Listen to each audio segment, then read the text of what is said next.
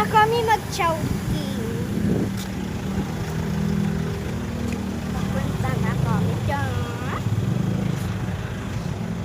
Oh, ang init. Amber, I make a video. Hi. What is this? Ang ganda, diba?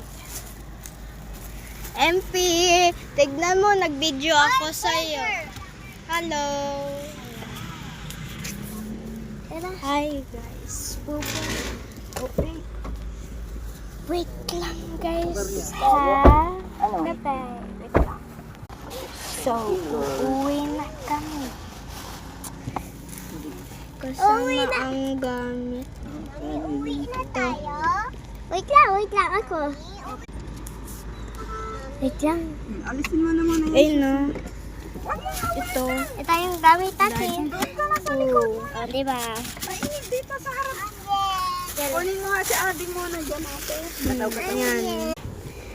Andito na kami. Akin. Cellphone ko yan eh. Cellphone mo to, hindi mo to cellphone. Akin to.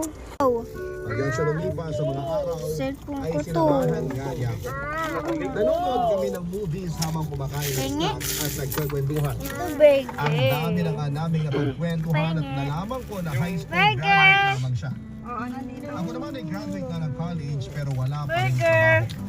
Bukod sa hindi ko pa alam kung ano nga ba ang gusto ko applyan, ay sinabi ng parents ko na mabubuhay naman daw ako kahit na hindi Gusto ako mo? magtrabaho. Gusto mo, Amber? Tikman mo. Nababore mag-isa sa bahay. Pero simula na magtrabaho sa akin si Allen ay pakiramdam ko ay nagkaroon ng konting pari sa buhay ko. Bigyan mo.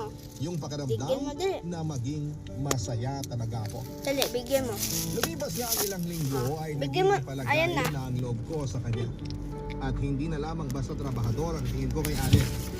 Itinuring ko na siyang malapit na kaibigan kaya naman tuwing bago ito umuwi ay nagpapadala ako ng pagkain sa kanya para sa kanilang dalawa ng lola niya. Ambe, oh. Si Allen naman ay panayang kami-isa. Nandyan kay mamang burger, walang burger dito.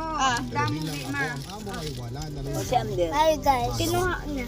Hi guys. We're back. Di ko alam yung ano.